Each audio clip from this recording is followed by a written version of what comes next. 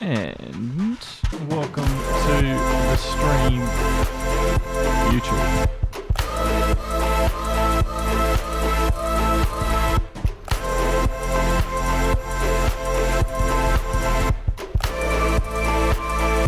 Facebook will be starting soon if you're wondering where Facebook is. It's just set to start automatically. It's precious like that. Welcome along, everyone.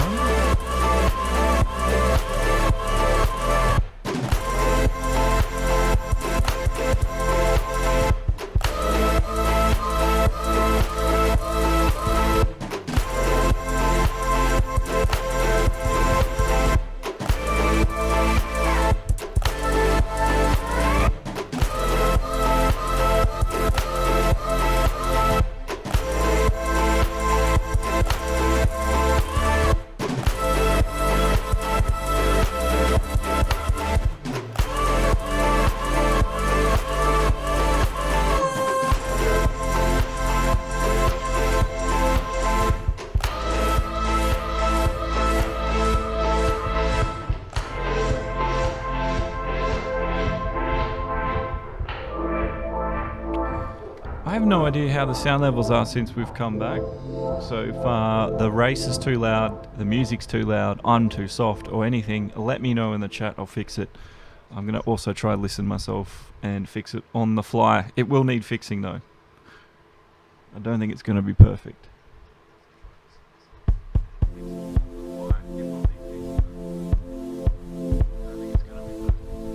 Welcome Dan, Major Dan. Thanks for popping in.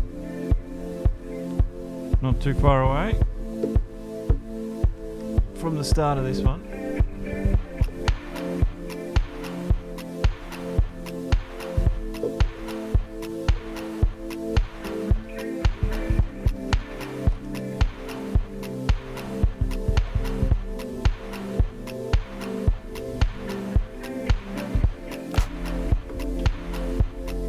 What have we got? Let's have a look. 1, 2, 3, 4, 5, 6, 7, 8, 9, 10, 11, 12, 13, 4. We've got 13 at the moment. I think there's a few more on the way. We're going to get Zen with us in the co-commentary as well.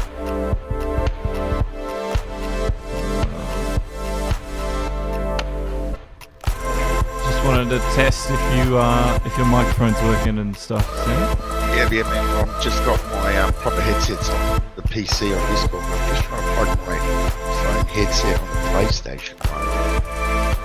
Yeah, so I think that will work. Good evening. Yeah, good evening. I'll be back with you in a moment. No worries, bro. Alright, yeah, we're not far away. Major Dan's here. Facebook's about to kick off with its broadcast, I think, in about 10 seconds, so we'll wait for that. And then we'll get into the meatiness of this.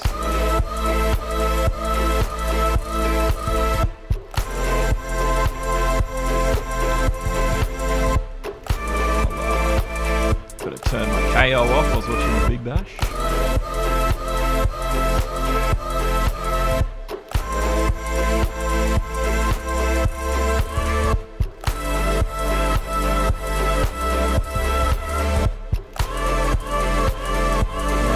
Welcome along Facebook to the stream. We're about to get things started here for the race. This is round 1 of the Australian Grand Prix for the 2020 season here, FNL1. And won't be the only FNL1 Formula 1 round we see. There will be a PS4 version and there will be a PC modded version coming very shortly. But this is the one you all know and love. Codemasters PlayStation 4. And like I said, if you can't hear me, things are too loud, things are too soft, please let me know, because I'm going to have to fix the audio levels since I wiped the computer all my settings are gone, so I'm going to have to do them as we go tonight. So yeah, we're not far away.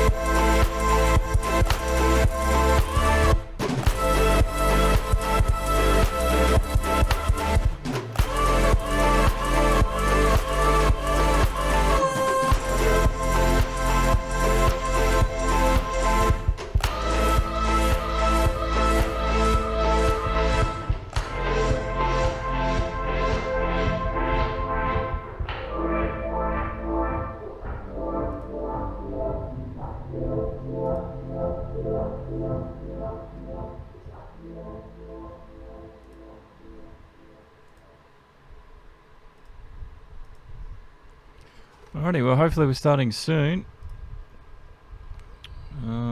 I've got Zen here, I'll unmute him so we can all have a chat with him.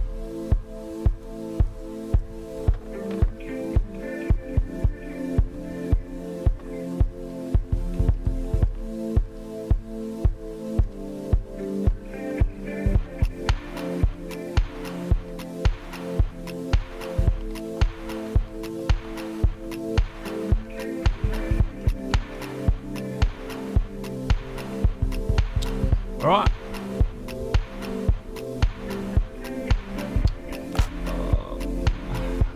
Let's get Zen on the blower. He's here to talk things Formula 1. Alright, well we're back and I think we're about to get started, Zen. Alright, yeah, I'm here. We are get started. So welcome everybody. We're back for 2020. We are indeed. And I'll be right back myself. Give me a second.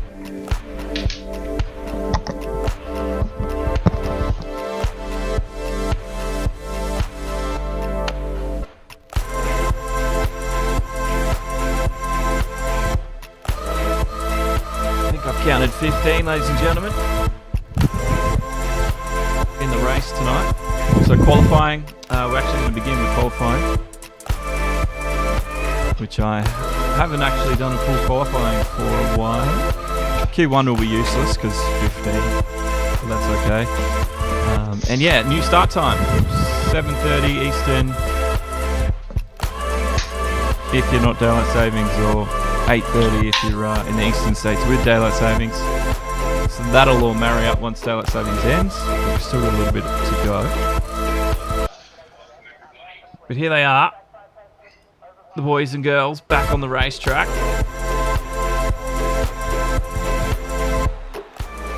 Let's have a quick look at the racetrack itself here at Melbourne. There's your three sectors all laid out on the screen. Around Albert Park, three DRS zones rather, for them to utilise in tonight's race. And there's all 16 corners that they must navigate. Turns 11, 12, 13 will be quite important for them through the race. We've seen lots of accidents there. And I need to get a controller charged up because apparently mine's run out of battery. But anyway, what do you think is going to happen tonight, Zen? Well, it's going to be interesting. New season, a lot of new faces there, a lot of veterans returning. Yeah, they have driven on this track, a couple of these guys, late in the end of the last season, so they should be familiar with the track. Yeah, it's going to be interesting. It will. It will be interesting. I know you can't see anything if you're watching the stream. My controller died. Let me find a bloody charging controller. We'll get it all fixed. I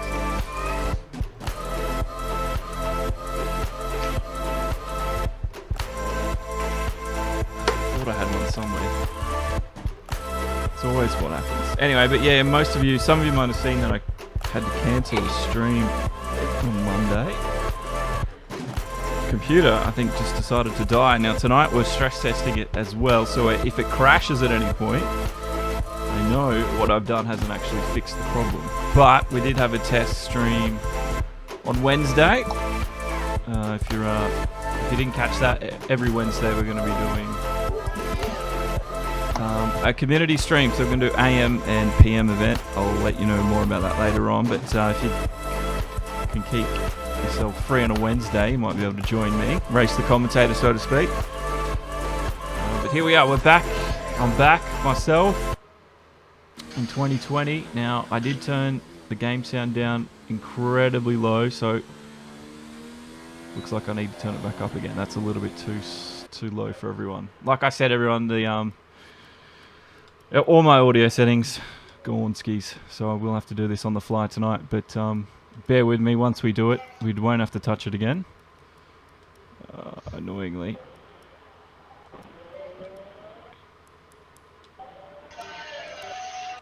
All right, well, Q1, it's a no pressure situation in terms of lap time. Everyone's going to get through, but you've got to take the risk of, putting it in the wall, and that will be the end of your entire qualifying session if that was to happen. Thank you, Chris Raymond Brown. Thank you for liking the stream. That's one of the best ways you can support us tonight. Just hit the like button. Don't forget to hit share and subscribe as well if you haven't already. But yeah, you're right. We've seen them do it before where they just run too hard in Q1 when they don't need to and, compromise their run for Q2, and that's it. Yeah, I did it myself last season at Coda. It was wet. I'll use that as a slight excuse, but it can happen. It can happen, definitely. I wouldn't know myself, but that's what I mean with the Wednesday events. I actually got third place at Tokyo Expressway on Gran Turismo Sport, which is just it's basically Monaco, and I don't know how I got third, but I did. So if you want to see that, go to the second race of that one. But tonight we do have the F1. I'm watching Schnell run around the track at the moment. Have you seen much of Schnell prior to tonight? I did see a little bit of him, I think, with the F2 guys. He seems pretty competent. It seems, probably I would tip him for a top 10 position tonight. Yeah, definitely seemed competent. Let's have a look at him. He's looking pretty strong at the moment. What haven't I done? I haven't given you the telemetry and the lap data. That'll show us a little bit more. He's just coming around through the first sector now, and you can see actually Epic's done a 125.5. I'd expect that to go down over the lap times, but Epic with the first time on the board at the moment. Watching Schnell in the Williams Rocket Formula 1 car. Here we go. He's coming up to the this pivotal point in Sector 2 now. Up to Albert Park. There on his right-hand side. Let's see how he navigates this tricky left-right. He's cut a lot of the corner on the inside. Ming's just gone a 1, 2, 3. So Ming at the moment in the McLaren. Right on top. But we're holding on board with Schnell, who's definitely taking his liberties with some of these corners. Didn't get the apex there at all. That's going to cost him time. Into lap 15. Corner 15. No, he's exiting out of that one. Who would... obviously, your favourites would have to be someone like Hawks or BP. They're on the same team this year. Yeah, it's going to be definitely a little bit of dominance there, I think. But that's how sounds like you're underwater, Zen. Your computer has probably... I don't know, your microphone's a little bit... No, my mic went on mute. No, I think it does see the two top guys are definitely in the same team. It's going to be interesting how that dynamic works. Probably looking at a Hamilton-Rosberg kind of season here. But you never know. There are some, Bush Chook, he could surprise a few. Mike's definitely capable. So we'll see how it all pans out. Yeah, I'm definitely interested to find. Oh, who's that around? That's someone in a Haas. Chuck Finley's liked the stream. Thank you. And yeah, good evening to you too, Chuck, and Chris Raymond as well. Chuck obviously throwing his support towards AB Saints, who I did race myself in GT Sport. He's a GT Sport racer. He's there in 4th at the moment. So usually a lot of these eSport guys, they focus on one game, but AB Saints is an all-rounder. And he's not too bad himself either. 1:26 is fastest lap at the moment in the Toro Rosso. But I did see somebody around before. I'm not sure who that was. I don't know if he caught the end of that one. No, I didn't know. I was just trying to adjust my mic. I think we're both plugged into the actual in-game chat. There's no way I am because my microphone's not... Yeah, but I can see your speaker thing coming up. Like mine is too, for some reason. Yeah, okay. That's odd. Oh, I can see it too, yeah. I don't know how. I don't even have a microphone. Oh, you know what? I've got my PSVR thing set up. So it's probably going through the camera. That's probably what it is. That could be the same thing for me, actually. yeah, I'm still coming up there too. Hang on, I'll unplug this. That's better. Major Dan saying he hopes to finish the race tonight. But good luck to everyone racing. Yeah, there's a good grid tonight, 15 for the first round. And it's going to set the tempo for the rest of the season. Round 2 will be next Friday as well. So the first 7 rounds are weekly. So it's a busy schedule for these boys, getting started early as well. I'll have to confirm if they're taking off.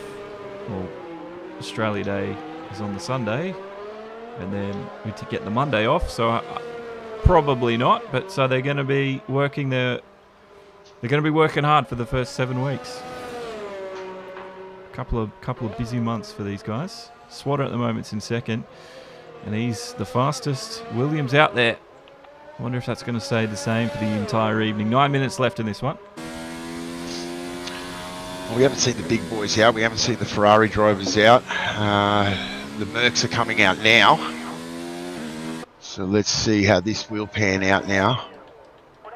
There's no reason for anyone to really go diabolically hard. And looking at those lap times, I think Ming put in a representative lap, but the other guys are definitely holding back a bit. Yeah, I mean, when you don't... Even in sim racing where obviously it doesn't cost you bruises or money when you crash, it does cost them an opportunity to qualify. So yeah, they're going to hold it back a little bit and go from there. Yeah, and it's good that there is a price to pay. For some it might not be as bad as for others, but there is a price to pay, and you've got to, drive accordingly. I thought Hawks was going to send himself around and around then as he come up to turns 2 and 3. But he's okay. He's okay. It's just that finding that fine balance of being out of control but within the limits at the same time. That's how you go fast. Hawks, that's true. Yeah, Hawks seems to definitely have it on the nose through the first sector. BP's also on an outlap, so let's see what... I don't know what they're going to put together. Are they going to I'm better than you sort of contest tonight, or is it going to start? Is it going to start nice and end up like Leclerc and Vettel? Well, I will answer that by saying the boys have reverted back to the 777 in terms of races per season, and they're going to try and combine the 777 to build up the full 21 race season. But being only 7 rounds for, let's call it, the first leg of the championship, I think the boys will have to go out straight away and establish themselves as, the number 1 driver here. I think they're going to go for it. There'll be no love lost. No, that's true, because you'll have to, you have to find a dominant driver in the team, because I guess as a number 1 in this scenario, you sort of get, because you talk to your teammate and you pick your strategy. So That's right. I mean, and you know, we always try to do it, you know, and it's the logical way. I mean, Formula One teams don't just give the lead car the preference because he's just a lead car. It's the strategic advantage. And so in real life, you have to play the game sort of like that as well to get the most out of it.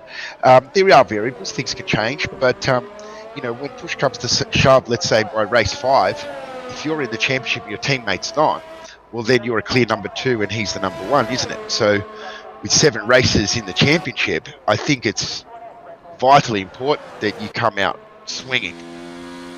Yeah, well, the first swing's been had, and Hawks in this session, that doesn't matter, but on the board it says Hawks is faster than BP, but even Ming, he put in like you said, a representative time early on, and I thought definitely the Mercs are holding back. Definitely the Mercs are holding back. All right, well, we'll have to wait and see. We will find out in about just after 5.5 minutes time. Somebody's around or someone's slowing down, but yeah, we're not too concerned with the results here, but what's going to get interesting, like I said, is come Q2. So thanks for joining us tonight. Round 1 here at Australia for the FNL1 eSports crew.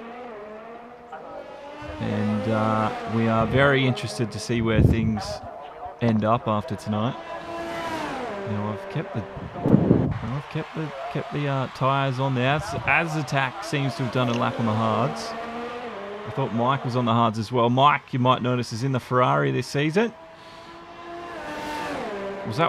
Was the Ferrari his first choice for a long time? Well, with the way the championship panned out after last season, they elected for the top 6 drivers to be issued their representative cards in the order of performance as of the 2019 season. So that puts championship winner Hawks and BP the runner-up in the Mercs, and then Bots and Mike fill out that spot for the 2 Ferraris. I'm not sure who is in the... Oh yes, Crazy Kiwi is one of the Red Bulls, and I don't know who his teammate is. I don't think he's on tonight. I can't remember now who got that second Red Bull drive. Yeah, I'm not... I couldn't tell you. But yeah, we're just so angry then. I think Mrs. Braking Zone or something. Luckily, the Sand Trumps pulled him up, but that was a close call for Angry in this session that doesn't really matter. It's sort of a good chance to get your eye in, get a lay of the land, get sort of how the conditions are, how the car's handling, if your setup's right. Mike now just about to complete a hot lap. Let's see how he goes. He's not really using his DRS, so it's not going to be anything sensational. Yeah. No, 129. That's a very cheap banker lap. No need for Mike to go hard anyway. Getting a feel of the track, no doubt.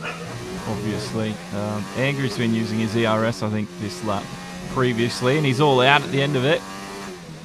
But we saw the problem we had at the start. Let's see how he ends the lap. Comes through turn 16. He's using the DRS. There won't be any flash times for him. Let's see how he handles turn 1 again. This is where he had his issues previously. I think he's done it again.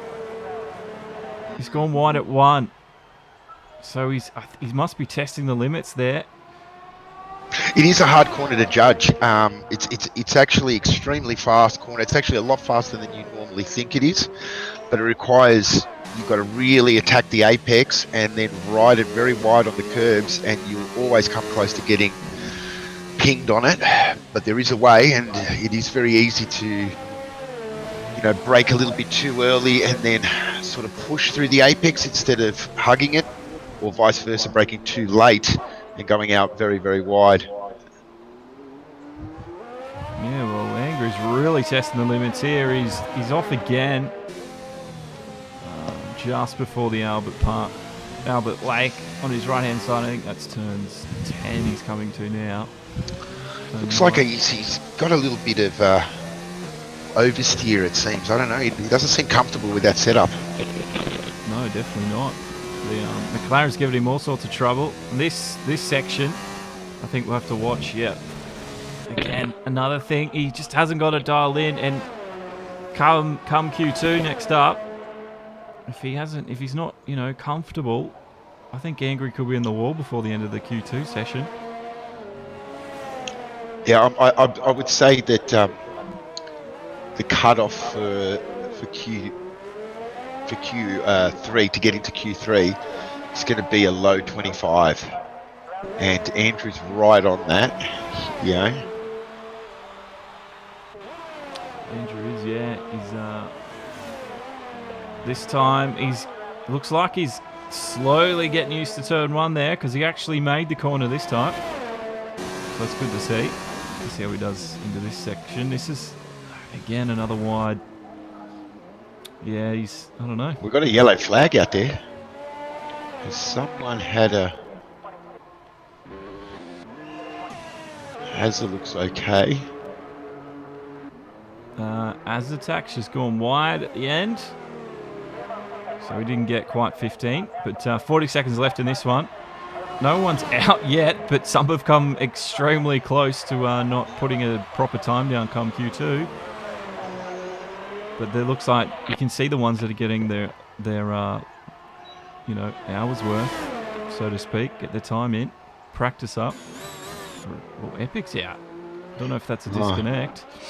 I think that's a disconnect, or did he actually retire? Did he actually hit the wall retire. It said retire, so let's have a look. On board with Azatak. I don't know if we'll be able to see anything. Limitations of the game and all that. Azatak, you can see checkered flags out, and Azatak's taking it quite slow. Well, Crazy puts in a real lap, 22.4. Wow, I could be wrong with a 25.2. It could be a 24.2. Could be the cutoff for the top 10.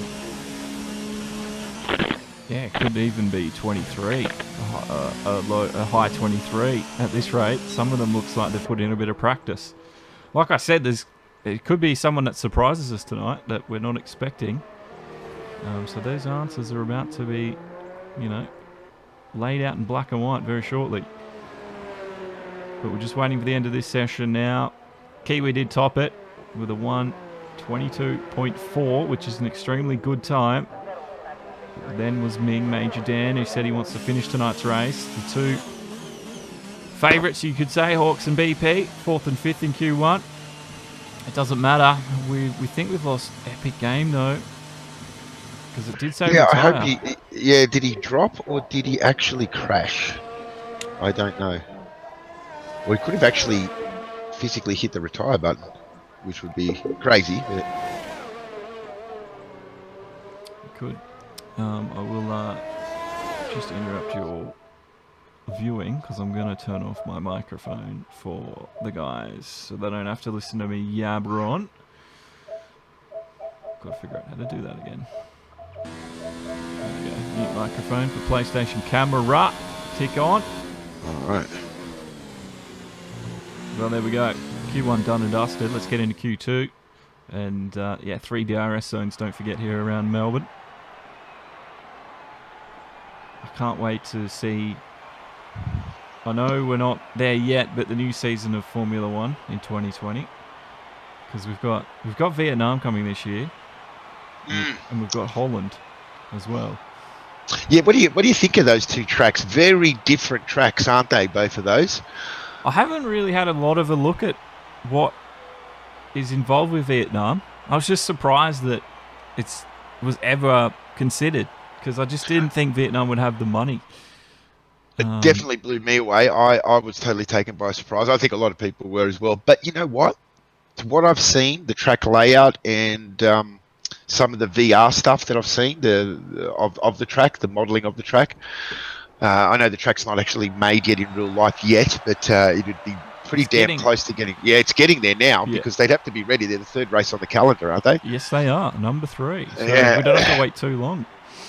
But you know what? Looking at the videos and the layout that I've seen, I think we're in for a ripper of a race, man. That track, for me, with those big long straights, is going to offer some really crazy, DRS slipstream overtaking on multiple fronts, with what looks like a bell horn hairpin at either end.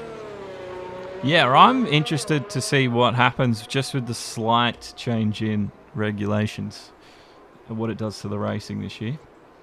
I think the racing should be close. Theoretically, it should be closer than ever because the regulation changes are very, very minimal.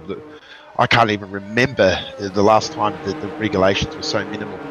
So, you know, there's not much for Merc to gain now. They're already virtually hitting the ceiling. So are Ferrari, so are Red Bull to a certain degree. You know, they're biting on the heels of Merc, and to be honest, it was debatable whether or not Merc had the fastest car all season last year. I don't think so, as we discussed in the podcast, I'm sure. Yeah. So I think it'll be tighter than ever. No, yeah, like I said, I think it will too. But yeah, Holland as a track, I'm so keen to see them wrap that thing around that tight circuit and then get themselves on the banking. The other thing, I've been doing a fair bit of on Assetto Corsa competition racing at Zandvoort with the GT3 cars, and in terms of hot lap, brilliant track. Oh yeah, super fast, super flowing. You know, plenty of elevation changes. Absolutely brilliant track. But in terms of racing, especially for the F1 cars, I'm worried it could become processional. It could be another Hungary. Yeah, it could be like that, and they're definite, because I know some people brought up the problem of like, oh, what if it happens the same thing that happens at Daytona when we had the tyre issues there with, was it, I can't remember if it was the Bridgestones or whatever. No, at Indianapolis. Sorry, Indianapolis. Yep. And yeah, we had the almost the full grid just stay out because of safety concerns. I think that was extremely unique. Obviously, being in the age of the tyre war between Michelin and Bridgestone, and then the other variable and the major variable in this wasn't so much the banking, but it was the way they had prepared the surface by grating it. Yeah, that's right. And, Bridgestone had a significant advantage due to their sister company Firestone supplying the tyres for the Indy cars. So they sort of had a little bit of a heads up before Michelin knew anything about it, and the result was, probably one of the most embarrassing days for Formula One, to be honest. Oh, it's a fast when you look at it now. I mean, that's what some people thought it would happen again. It's not. It's like you said, those issues were unique to it then. But Tyre Wars, bring them back, yay or nay? And that's for one going for you guys listening as well. Let us know.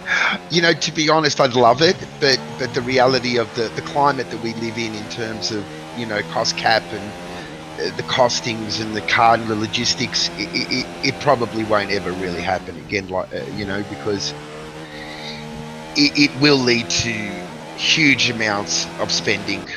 Whoever does it and, you know, was to go in, and I don't think that F1, well, we know F1 doesn't want to go down that road. I'm all for it, to be brief. Bring it on, I say. But, you know, like you said, you bring up some good points as to why it probably won't.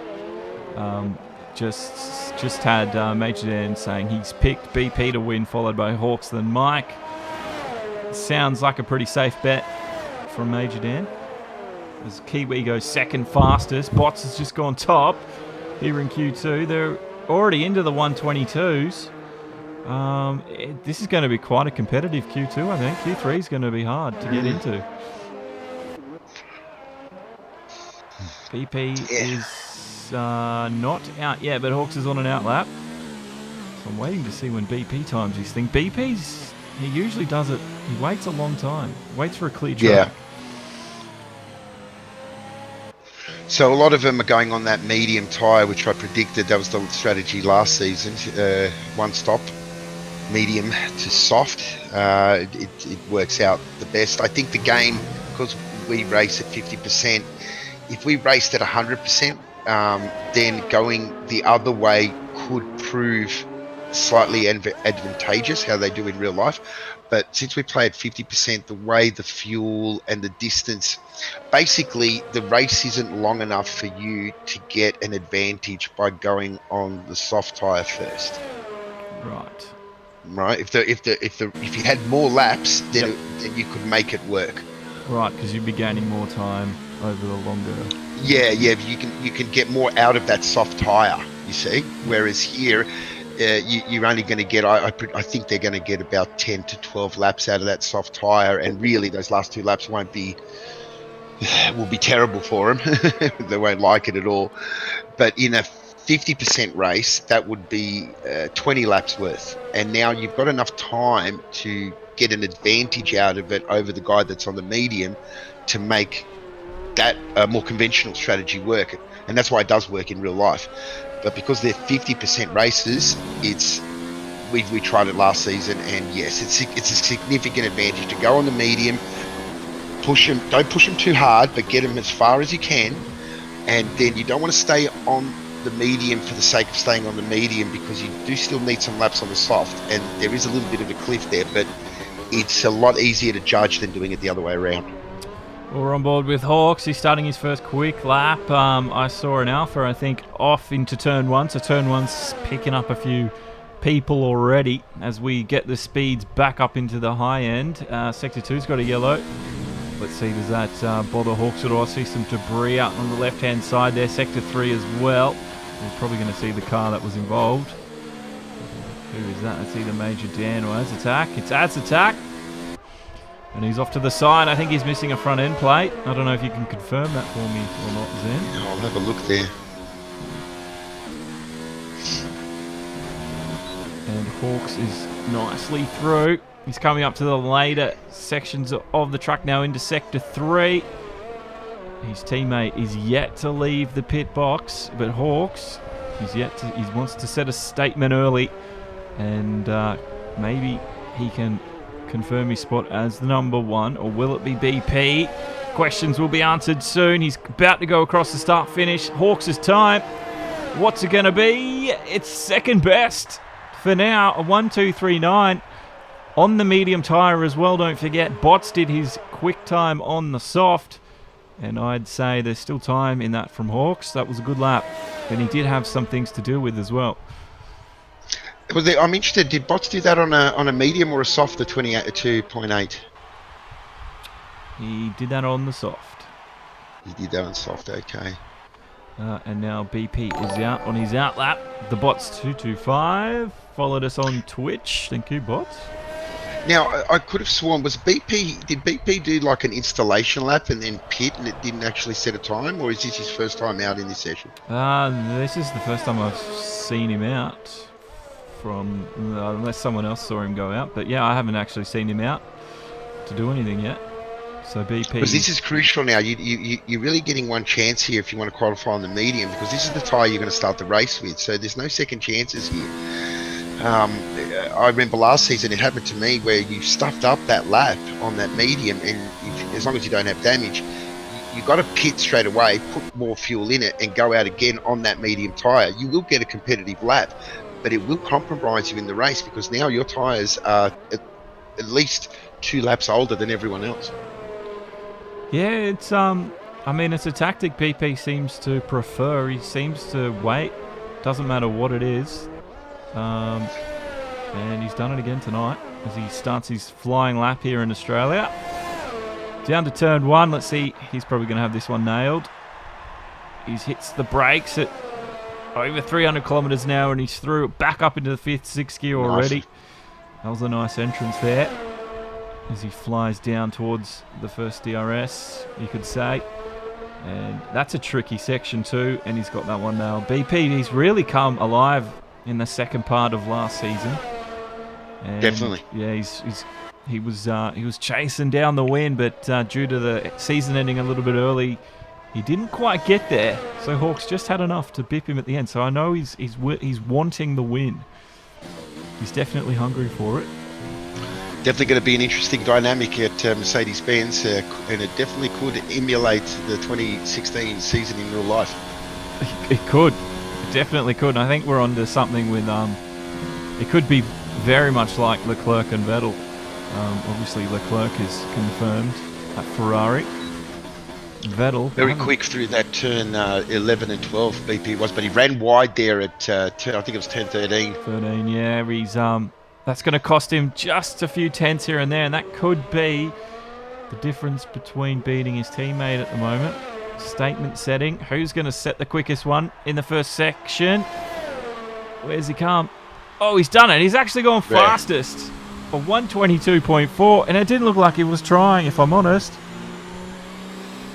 That was a good lap. That's an incredible lap from BP. That is definitely a great lap. He went very wide in turn 13. I was surprised he didn't get pinged. He must have just had one tyre on the line. Even if he didn't get pinged, imagine the amount of time he's cost himself just there. Yeah, that's right. But he was very quick through the turn 11 and 12. That's a lot of time to gain there on that in the back sector there through that high-speed chicane. If you get it right, literally half a second, maybe even more, depending on how bad you took it the first time, I guess. But if you get it wrong, it can spit you out and throw you against the inside wall, and it can usually lead to game over. Yeah, well, I've done it myself in career mode. It's easy to do. Angry old fella is winding up his first. Well, he's not his first quick lap, but his first quick lap here at the end.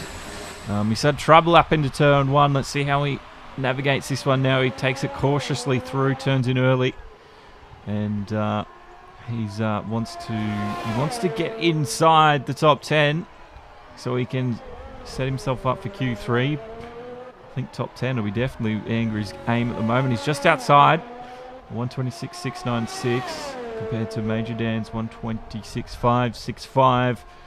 And Major Dan's coming out, so Major Dan will also be able to put a time in, but it's going to be Angry who's going to put in the first comparative lap on the soft tyre too.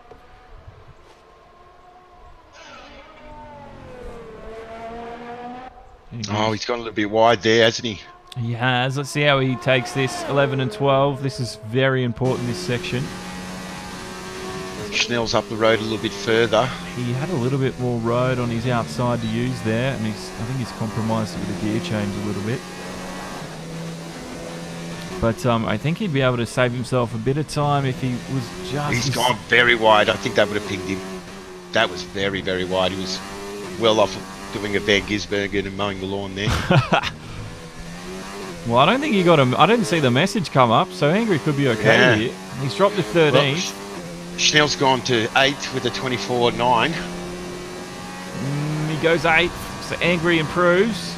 So he got classified. He did. Yep. Andrew HRT is in the pit box. Still, he's sitting in on the spotter. Just gets himself out of the 11th spot. Goes 8th. That pushes Angry down to 9th. And that's Andrew HRT outside of the top 10. Saints he needed that. He did. Saints is down in 12th right now. I think he's on his fast lap this time. But you see there, he's taken 2 bites of the cherry there, Fly Swatter, 2 laps on those tyres, and so he's straight away compromised. He's 1 lap older tyres, and what the thing is because those 2 laps that you did those times in, you've really pushed those tyres harder than you will ever in the race, if you know what I mean. Yeah. So yeah, all the energy and I don't know if that looked like a big collision on our screen, but it wasn't.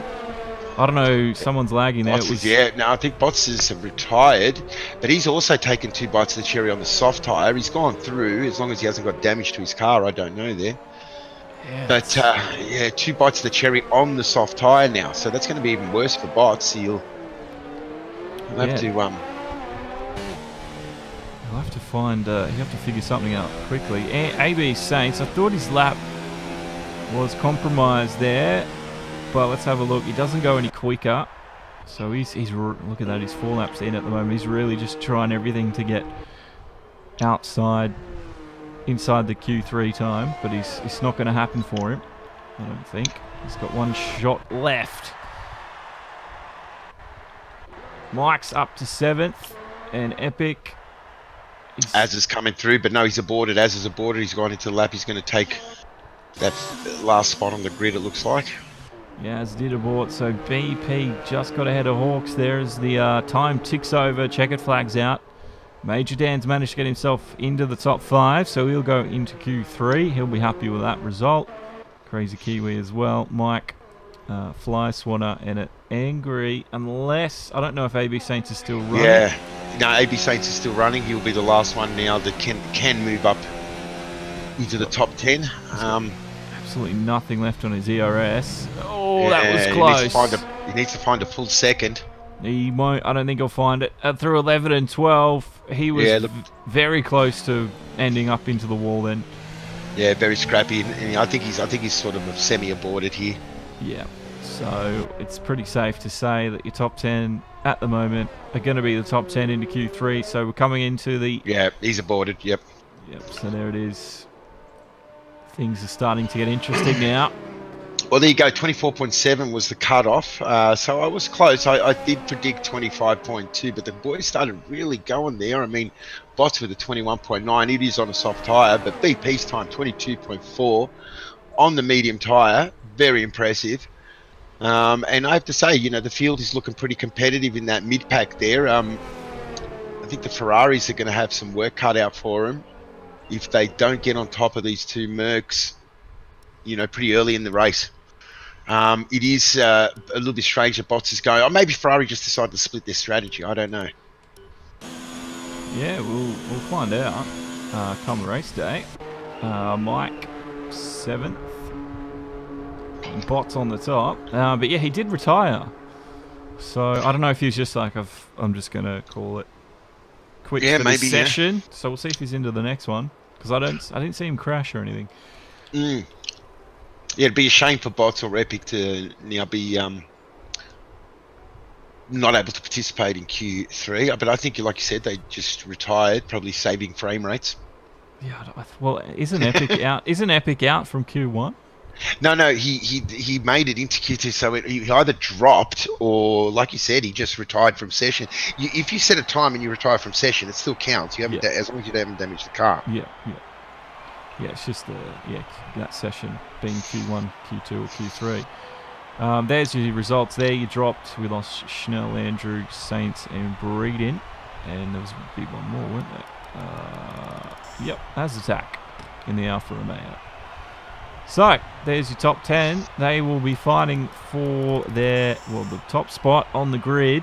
At the moment, it's Bots who was the quickest. Will he regain that in Q3? Don't know. Will BP? Will Hawks come out of nowhere and slam the Thor hammer onto BP early on? These questions need answering. Find out right now. But usually what happens in Australia, we ask all these questions and we're left with more questions. Yeah, that's true. Some get answered, and as a result, more questions are asked. But we never know really the full rhythm of where everyone is until they're about at least 3 races in. Would you not say? And I mean, maybe even 4 or 5 for the real when it's 21 race championship. It usually waits until we get about. It's too early until we get to the summer break, usually. I agree. Yeah, and then it's usually we know the answers to everything, but it can take a while. Mercedes out early. Yeah, they're rushing out to get out. I think they're looking keen to set down a banker. I think Kiwi was just too quick. And I just checked the notes. Bushhook is Kiwi's teammate at Red Bull. And Bushhook is proven to be very, very fast, actually. And consistent too. He's really good like that. Yeah, he's just had to hang back at work. His shift was a little bit didn't suit the F1 calendar tonight. Yeah, but he will be back next week. Hopefully see good effort here from Red Bull this season. Major Dan wrote saying he's happy with the time that he got. He was shocked he was in the top 10. So he's outperforming his own and so were all the Alfa Romeo fans. Absolutely shocked. As you would. Kiwi leads the lineup of everybody. I think Hawks and BP are looking for a bit of time. BP's let Hawks go around him. So this is interesting. So does BP looking to get a bit of a draft, or he's left a pretty big gap, I suppose? Probably not. Hawks taking out the bollards there at 11 and 12. It's good to clean those up early. But Crazy Kiwi's ahead of them both, and I think Hawks has left himself a bit of a buffer. Yeah, BP's back way off, so we won't have to worry about those guys. Sean Teal's very topical. Says a bit of smoke haze in Melbourne tonight by the looks. Yeah, we try to get that simulated in. God, I tell you what, it was last month in December, the smoke haze here in Brisbane was just insane. You couldn't see 10 feet in front of you.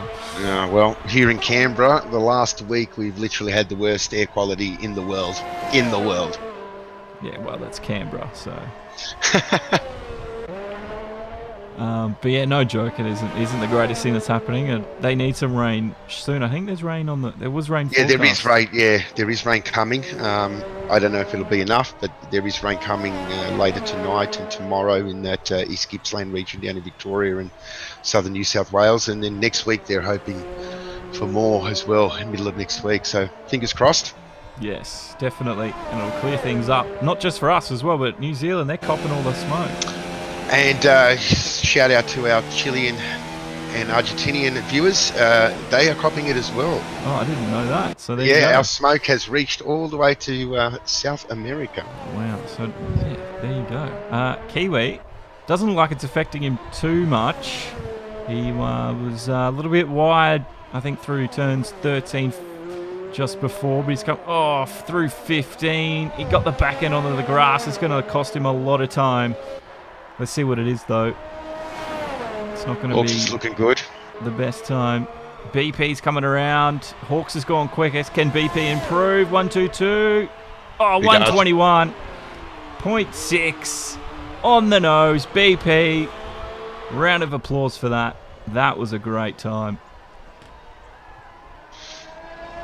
Ferraris are all right. Mike's done a 22.5. He did. So not too bad a lap, but they really need to find something, the Ferraris here, to... Right now, those Mercs, this is 2016 all over again. It is, isn't it?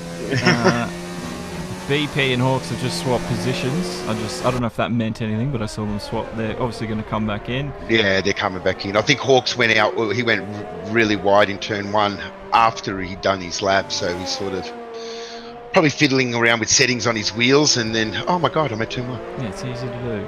Epic game, he's about to set a time. Let's see where the man in the Renault car. Oh, wide at 5th, 16. Into the wall. Wings everywhere. And, well, it wasn't a time. It said, sometimes the game does this to me. It says it's the fast lap, but that must have been his out lap. So he's ruined his wind-up lap. Oh, no. That's going to cost him. So he's going to have to come back in for a new wing. Oh, if he's not having a good run there, you know. No, not at all. But yeah, welcome along, everyone. If you've just joined us, this is the FNL1 eSports round number 1 here at Australia, here on Demo 1. Live every time on Twitch, YouTube, Facebook, and Mixer now. So you can join us there if you pick your platform. But yeah, we're just going through the Q3. Bots, I think, is about to set a time in the Ferrari. He's trying to beat his teammate Mike at the moment. A 1:22.5 from Mike. Can Bots do it? He's got the DRS open, and he's looking hopeful at the moment. Nice line there out of turn 13. That's hard to do. This last... Oh, he's backed off. He's backed off, yeah. He must have got a ping. He must have got yeah. Or he's winding it up. No, he's coming back. No, he must have somewhere in sector 1 maybe got a ping and knew it. But what you'll have to do now is that you lose the opportunity to do a banker now. He's running out of time. And now this is the thing. Do you now rush it, quickly go in, put on a fresh set of tyres, immediately go out and try and get your banker in? Because if you're going to set a hot lap on this track, probably the 2:15 mark, 2-minute mark would be the absolute latest you can wait. Yeah, that sounds about right. As we watch Bots' car get rolled back into the garage. Yeah, actually, now when I crunch the numbers, he can't make it. He has to either wait now and do his run at the optimal time right at the end of the session. That's going to compromise him a bit because you need that banker to be able to push on your second attempt, knowing that you've got already a lap on the board. It must give you, and it gives you a bit of confidence knowing you've already set the time too. 100%. He cannot now cut a 100% lap knowing that he doesn't have a time on the board. It just cannot be done. Unless you're Bottas. Well, but then one can argue, was that really 100%? Maybe if he had done that as his banker before, how quick could he have gone? See, this is the debate. But I believe, from my own experience, a good banker lap, a solid banker lap, doesn't necessarily have to be diabolically quick, but a solid lap that puts you on the board will alleviate the pressure when you really got to go for it in that last run. Yeah, well, Angry, he didn't get a very good time down at all. He did a 144, so something was wrong with that lap. Epic's back out, so Epic's gone straight back out. He's on his out lap now. And Ming is also on that out lap. So I think Swatter just went 5th place. He would have saw that happen. He did a 123.5, so a decent time from Swatter. And Major Dan is trying to improve those times in the Alpha. 6th place, 124.2. Oh, he's gone wide. He's lucky he didn't hit the wall then. We're going to see a lot of people do that. Let's have a look at that instant replay as we were going through. I can't actually pick the exact moment, but you'll watch when we get to Angry. Have a look at his telemetry. Yeah, he just, I don't know if he missed his braking zone or something. Lucky he didn't tag the wall then, but Major Dan's okay. Oh, he's still got issues, I don't know. He must have had wing damage or something somewhere, so yeah. Anyway, the Mercedes boys are back out. Well, no, they weren't. I was too excited. I didn't see Pitt next Saturday when I got all excited again. Well, out of the big boys, Mike's probably the first one now. He's on his out lap, and he's got to make this one count. Oh, Major Dan retired, so he's had it off. Mike needs to find a solid half second here to have any chance of displacing those two Mercs. And Bots is yet to put a time on. Bot's also out as well. And Epic looks like he got through his out lap cleanly because he's on his quick lap, it would appear, as he comes up through sector 2 into the corner there. Turns 10, I think that is, and that's that's turn 9, the little chicane there, turn 8 and 9, should I say. He's got that not nailed in. 11 and 12 here's the high speed, up. Yep, 11 and 12. Oh, he's cut that. Oh no. That, he must have got, as you would say, he got pinged for that, surely. Yeah, I think so. Yeah, Major Dan said he got crashed out. So here's the problem now for Epic. What does he do? He better hope that he's got enough fuel in the car, because he can't. He's just got to go for it now. If he runs out of fuel, he runs out of fuel. Otherwise, it's probably 10th place, really, with the Bots yet to do a lap. Thank you, Alston Kurt, for liking the stream, brother. Welcome along. Good to see you with us. Yeah, Bots is putting a lap in. He's gone a little bit wide into the braking zone. He was lucky the car stayed straight for him. It's easy enough to set the car off balance doing that. He's got to put a time down now. 1.5 seconds. 1.5 minutes to go. Hawks is out, doing an out lap. Hawks is out. There's no way. Don't think BP's doing it. BP hasn't come out. Yeah, BP hasn't come out. I think he's like happy with that. He's gonna. He's cashing that pole lap now. That is provisional pole, let's call it. Very interesting. Oh, he's coming out, but I don't think he's going to have time to go around. Nah, not with a minute to go. He's mistimed that completely. Yeah, they've mistimed that completely down there at Mercedes. Brackley. Yeah, well, Bots is getting through. He's going to be the first Ferrari to get a lap in this time round, with the timer ticking down. I don't know if BP was a little bit dyslexic in reading the time there, because there's definitely no way he'll get a lap in. Let's see what Bots can do. Is it good enough? He's close to the 120s. Still got a bit to go. Oh, it's second fastest. He splits him. Nice. Well done, Bots. Great lap. Mike's coming around. Under pressure, too. Under pressure. Great little run from Bots. Mike needs to put a time. I don't think he's improved it. He didn't. He did a 128. And Epic's pipped him. Disaster for Mike. It's not where he wants to be.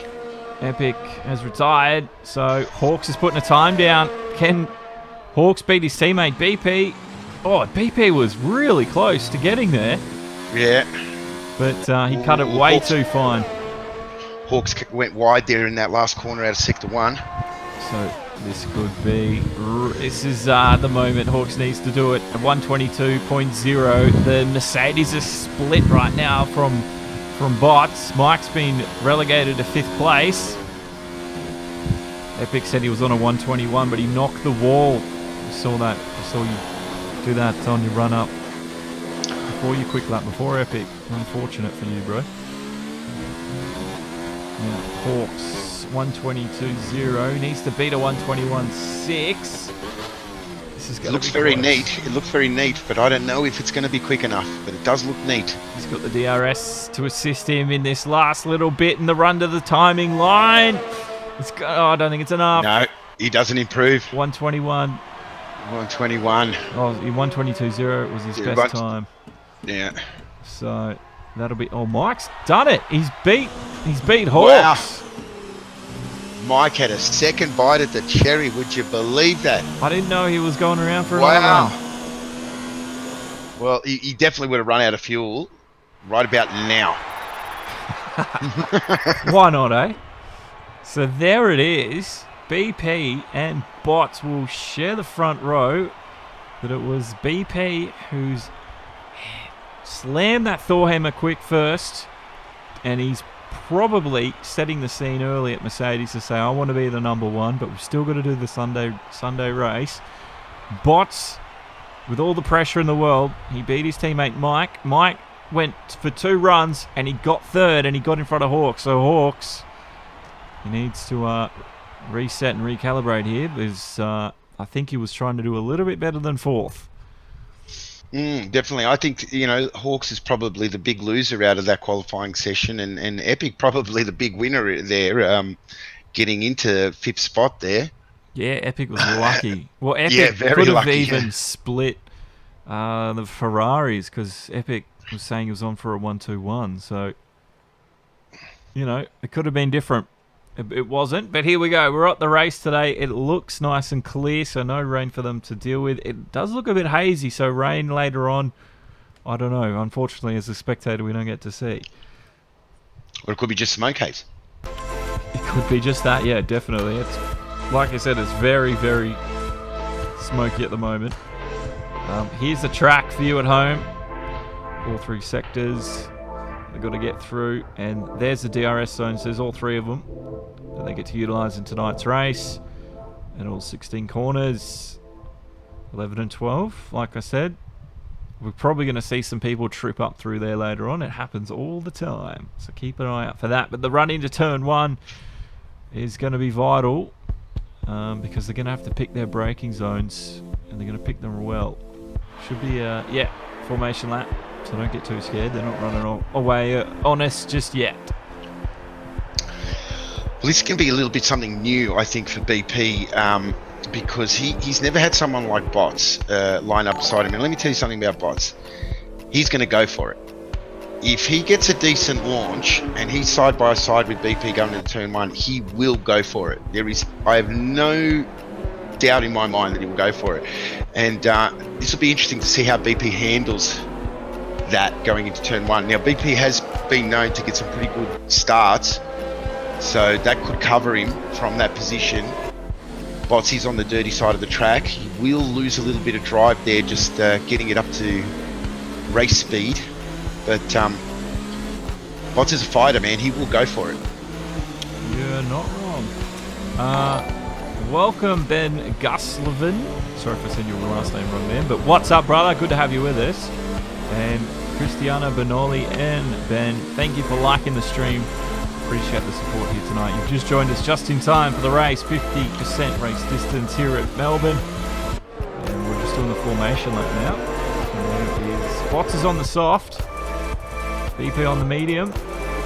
Mike, his teammate. So yeah, the strategy's been split at Mercedes, which you would think is a smart move.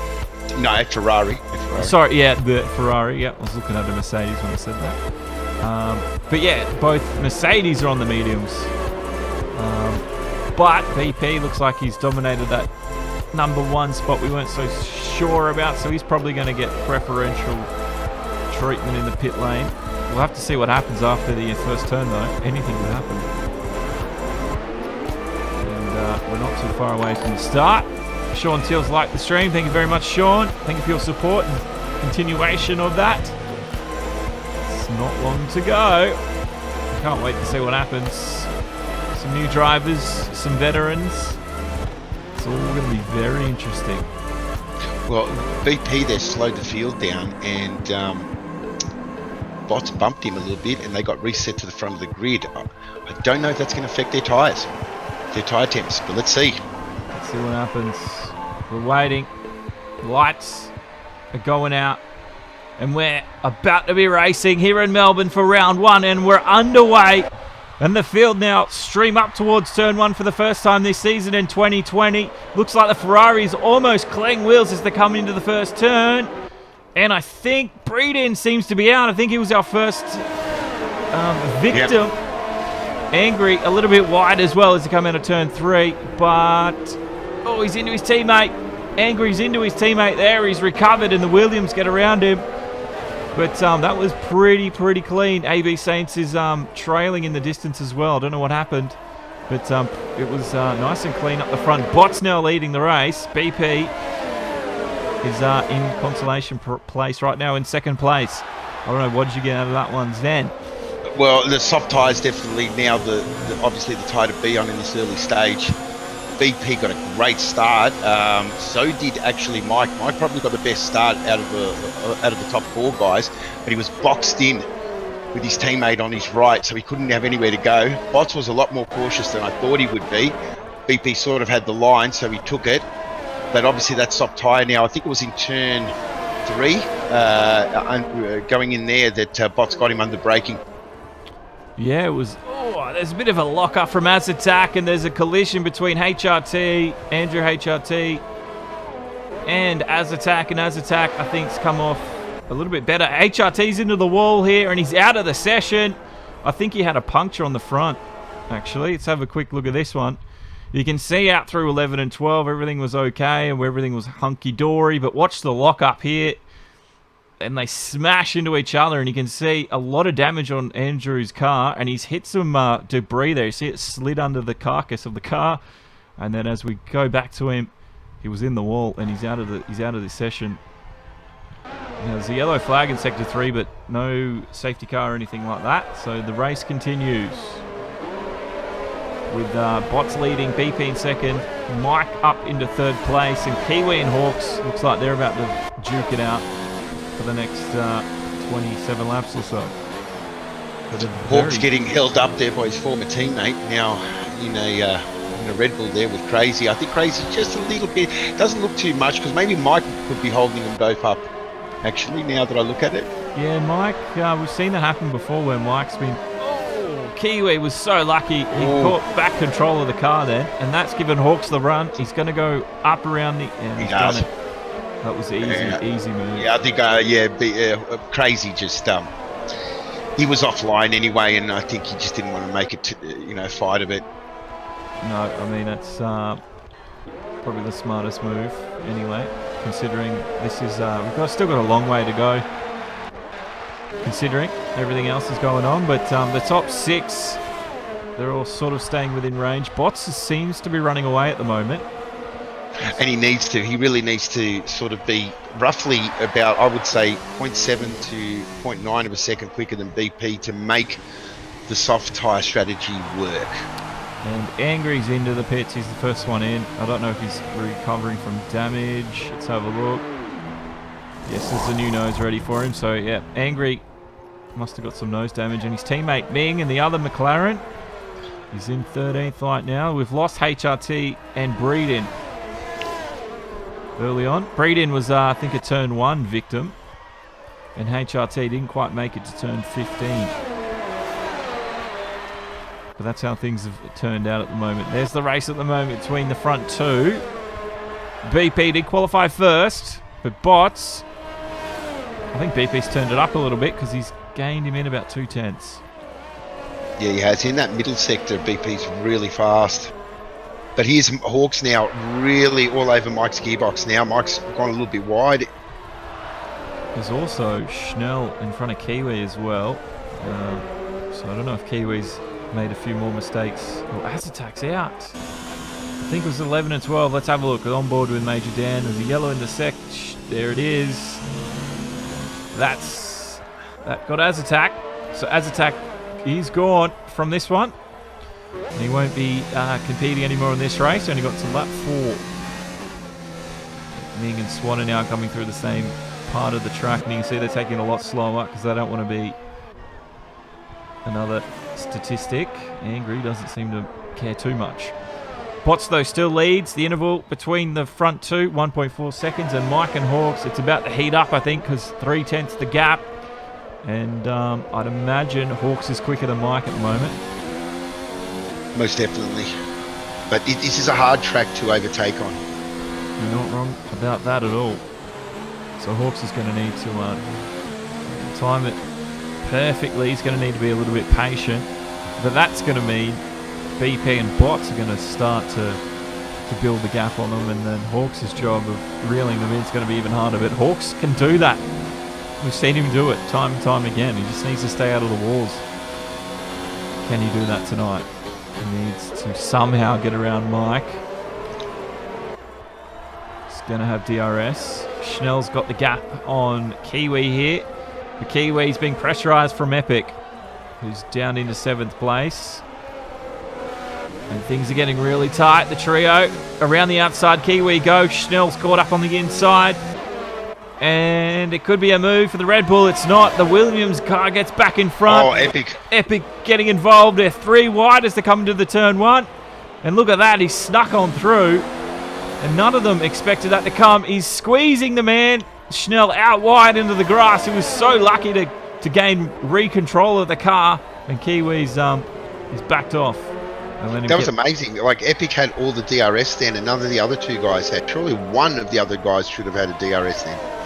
I didn't even notice that, but yeah, you're right. That's how Epic was able to... That's how he steamrolled them on both straights. He did. He just came out of nowhere and was like, oh, I'll take this one. Unless someone forgot.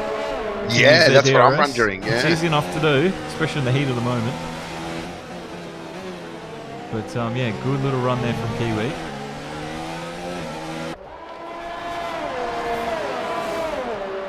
Let's see. BP's taking Bots. Yes, he has. Oh, he's done it as he has. Look at that. There's now a Mercedes leading the Grand Prix.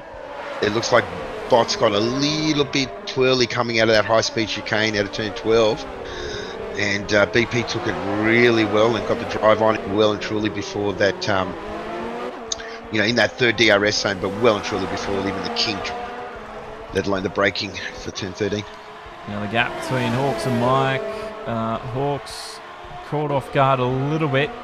He didn't use his DRS, I don't think, unless my graphic wasn't working. Oh, the 2 McLaren drivers that are going toe-to-toe here. Let's have a look. They touched it. There's a bit of damage there on Ming's left end plate. Is broken from that contact there. Yeah, there is. You can see it. That end plate's missing on Ming.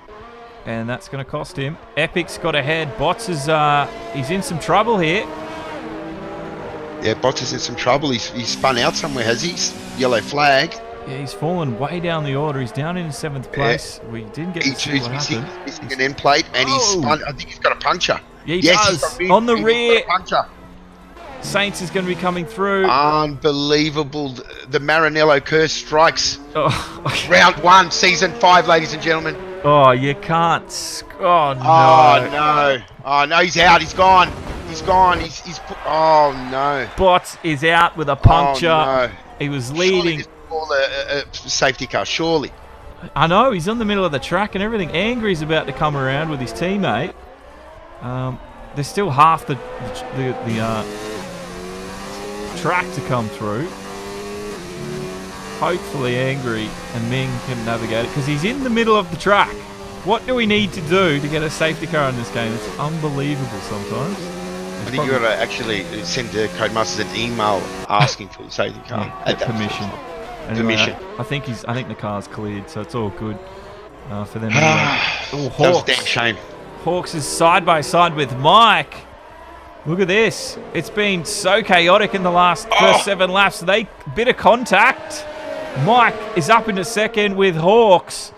Now back into third. He just can't get around the man in the red machine. The only one left, Mike, is giving Hawks a hell of a run at the moment. Mike is determined. He is, and any chance of Hawks getting the car back up into the lead is surely dissipating every lap he stays in behind Mike at the moment. Because that gap, but we've seen once BP gets some clean air, he can just build an unsurmountable lead you can just not get back from. Oh, Mike. There goes, oh yeah, with the DRS. He's gone deep though. The switchback, Mike, nicely done. That was a little bit good. I was a little bit surprised. I thought Mike had let him have it, but no, Hawks was trying to go a little bit too deep, and he couldn't get the car pulled up in time. So this one is going to continue for another lap. He's got DRS. That'll help him pull in those 6/10. Mike gets out of the slipstream as well. He cuts that off as much as he can. He doesn't want to give any advantage to Hawks here. And Kiwi's gotten back ahead of Schnell as we start lap 8. Things are getting tasty in round 1, and this surely sets the scene for the rest of the season. 7 races as well, so it's a quick season. So if you want to be the victor of the season, you've got to come out of the gates early and swinging. That's what Mike's doing here to Hawks. We've lost Angry. We've lost Angry. DNF, yes. Looks like the high-speed chicane. Yes, high-speed chicane. Looks like it's bit him on the outside on the exit and thrown him on the inside wall. Very typical. Easy to do. At the moment, it's Mike and Hawks, and also keep an eye on Kiwi and Schnell. They've been swapping places like it's going out of fashion there. You just saw Angry's car on the inside. The cars get around it. Hawks, he mounts the move. He's done it. He's done it. He's come out ahead, around the corner ahead, and it's a Mercedes 1-2 at the moment. Mike is now back into third, and he's got 7.5 seconds between him and his teammate here on the start of lap number 9. Mike was trying to hold on. He just couldn't do it any longer, though. I wonder how much life that's taken out of Hawks' tyres there to get past Mike for those 3 or 4 laps. Well, you saw he was trying to send it here and there, so he was definitely using the energy available in those tyres. Like you said, what is left? There's a good battle between Kiwi and Schnell. Schnell with the DRS. Kiwi blocking the run. I think he's run deep. Schnell's got it. He did. Kiwi he's run very deep. He did. Very deep. And Schnell's around him. And Kiwi now has a lot of work ahead of him. Swatter as well gets around Ming. So Ming's got that damage still, so he's on the soft tyres, so he's trying to just stretch it out for his stop. He probably could come in on lap 10 and a little bit earlier than he would like. Ideally, you probably want to go to lap 12, but this is a choice he now needs to make, he's decided to... No, he's missed it. No, bit of net code, you would say. He's coming in. Bit of net code. This is probably at least 2 laps too earlier than Mig would have liked to pit, but he's probably going to, reduce the damage of that damage now the most he can. And Schnell must have made another mistake because Kiwi's back ahead of him. Ming also had a 5-second speeding penalty that he had to serve then too. Ooh. So it's going to be a very long stop. That's going to hurt him. We've lost 5 guys already. 50% race distance. They were too eager to get around each other. Yeah, Australia really has a habit of biting you a lot more than you would think. It's almost bites you as hard as Monaco, I think. Yeah, it is. Or Canada. Let's say Canada, Canada. Yeah, like Canada. That's a good one. I mean, it's a street circuit that doesn't look like a street circuit. Because these are all public roads, obviously. This isn't a full-time race circuit, so it has those characteristics. And the walls are nice and close. But there are a few runoff areas here and there, which, especially turn 1's been used a lot today. But you're right. It does sort of come up out of nowhere and bite some people. That's definitely been the case with things today. Will we see any more? We probably will. I won't want to write it off just yet. But yeah, Kiwi is back up into 5th. And Saints is also into 6th as well. Schnell's really struggling with something there. Well, actually, he's gone into the pits and he's gone onto the hard tyre, so that is why Saints has gotten ahead as well. So keep an eye on the tyre. You can see in use. It's going to be interesting. Schnell, Fly Swatter, and even Major Dan are all on that hard tyre, so they've done their stops. They're going till the end now on those tyres. I'd like to see where they do finish up in that. It'll be interesting because, for example, someone like Ming now, who's gone on that medium tyre early, he's going to be compromised. He already is 1 lap behind. Is he? No, he's not. He's still on the lead lap. Is Ming still on the lead lap? He's just got 1 lap now, so he must have been just tipped by BP. So yeah, he's starting to get caught behind traffic. Oh, Major Dan's out. Oh no, Major Dan. And there you see. That was out of that was an on spot.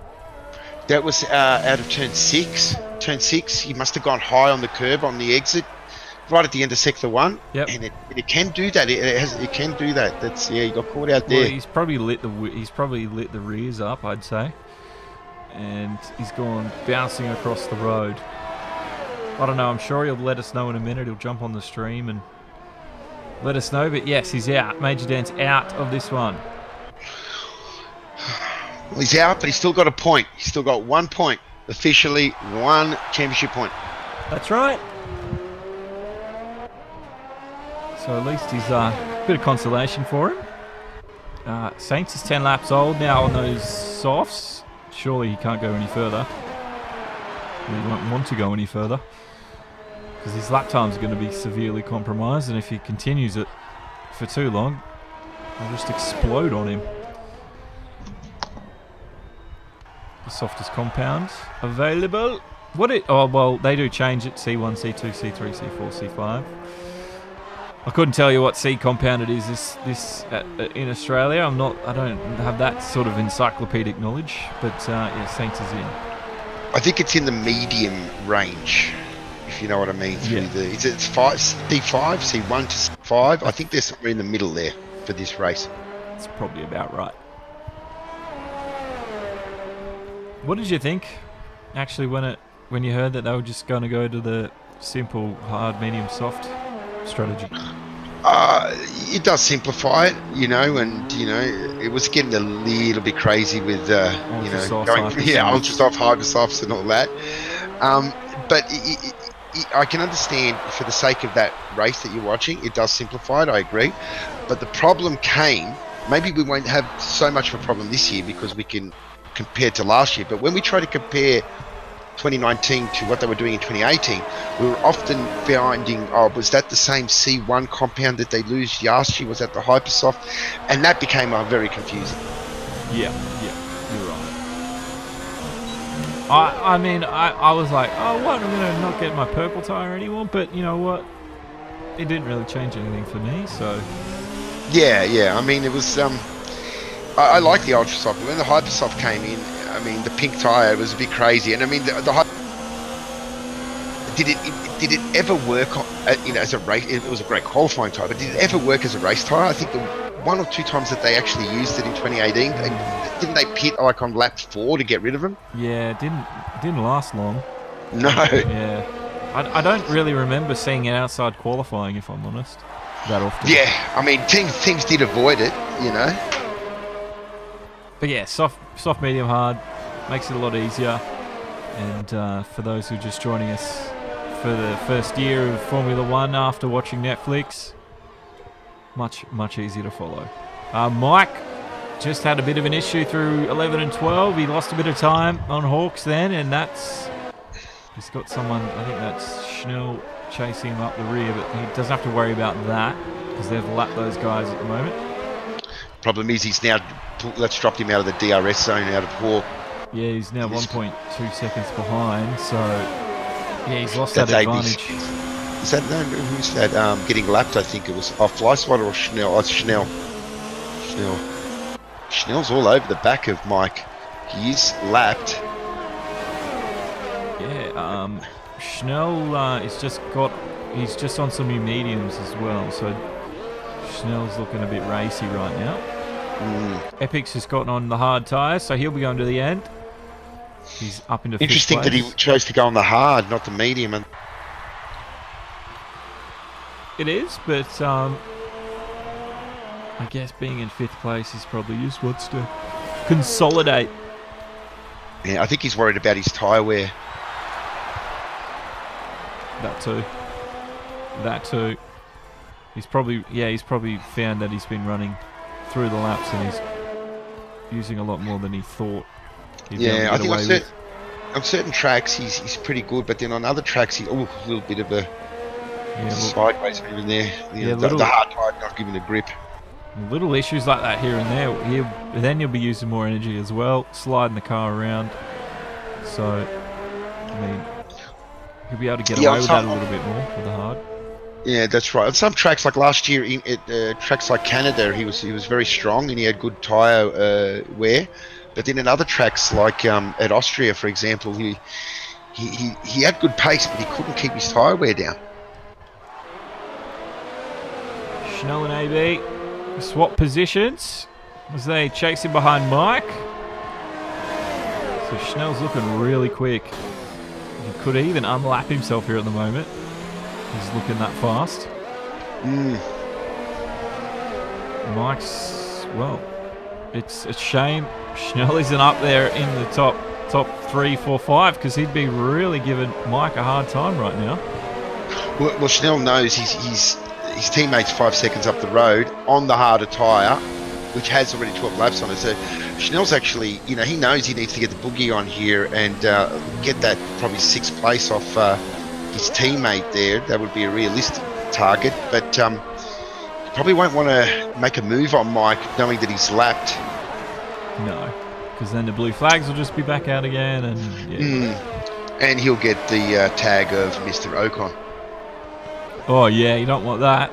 Yeah, you don't want to be known as the Ocon of the group, right? No, not at all. Bots said he barely tapped the wall and his wheel went flying. Emoji, eyes up in the air. I don't know what you'd call that one. But Major Dan also said, I was trying to keep up with Epic and just used the curb too much. Oh, yes.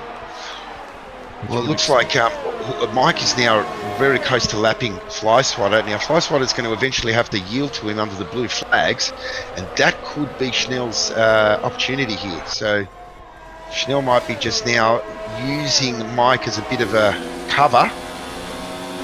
Really sneak up on the back of his teammate, yeah. They've really closed that gap down between cars. Yeah, you're right. Schnell's coming. If he can just stay within that slipstream of Mike here and not cause issues, he's running close. So that's racing. Fly Swatter, yeah, you'd be looking on his splits and his rear view mirror now, and he would be thinking to himself, it's time to Schnell. Pardon the pun. Mike just needs to keep it clean as well. He's trying to catch back up the Hawks. The gap there, 1.6, 1.5. He's actually gaining on Hawks about 2/10 through that sector. I don't know if Hawks is in some trouble. I mean, the tyres are getting a little bit old now. 15 lap mediums. There was some traffic, I think. Yeah, that was Swatter. Oh, Swatter. Let his teammate through. There we go. Schnell went through. Yeah, he had to let. He got pressured by Mike there, and made a little bit of a mistake, and that's definitely opened the door for Schnell. And Schnell's now going to take that advantage. And I think that's going to lock Schnell down for 6th place tonight. Yeah. Well, Swatter's hard tyres, 13 laps old. He wasn't really going to be holding up his teammate for much longer, so he might as well just let him through. Much easier. And he was almost caught out because of the blue flags as well. Most definitely. But that's a swap of positions through there. Epic's nice and clear. He's doing his own thing there. Still a bit of traffic up ahead for the boys. I think there's going to be a little bit. No. Actually, they've got a big gap until they get to Epic.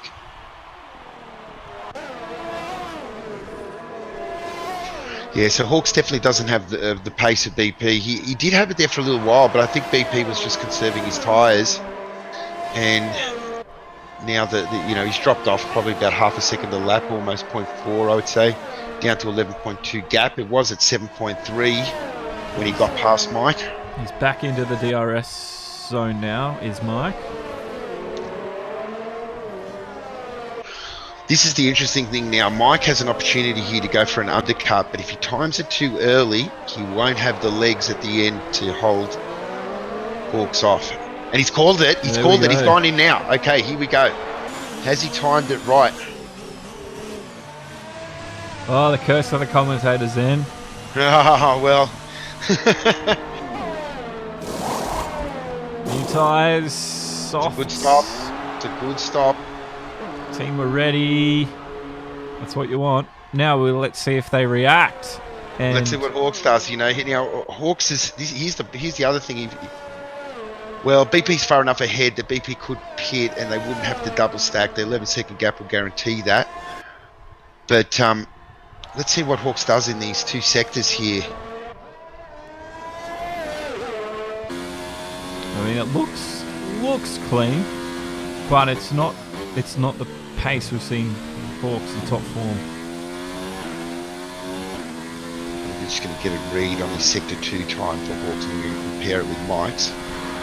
51.6. All right, so let's have a look what Mike's going to do. He's coming into sector 2 now. So what was that Hawks time? 51.6. Let's see now what Mike's got. BP Got the McLaren up ahead of him. BP hasn't stopped. The time interval between Hawks and BP has dropped, and Hawks has reacted. No, Mike's lost a lot of time there somehow. So Hawks went in. Hawks went in. He's in now. Okay, Mike's coming around turn 13, turn 14. He's coming out now. Second last corner for Mike.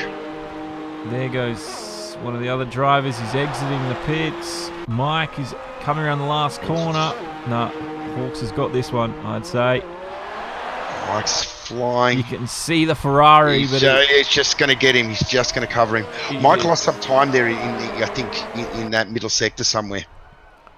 So, I mean, it was worth a go from Mike, but he had nothing to lose. He had nothing to lose.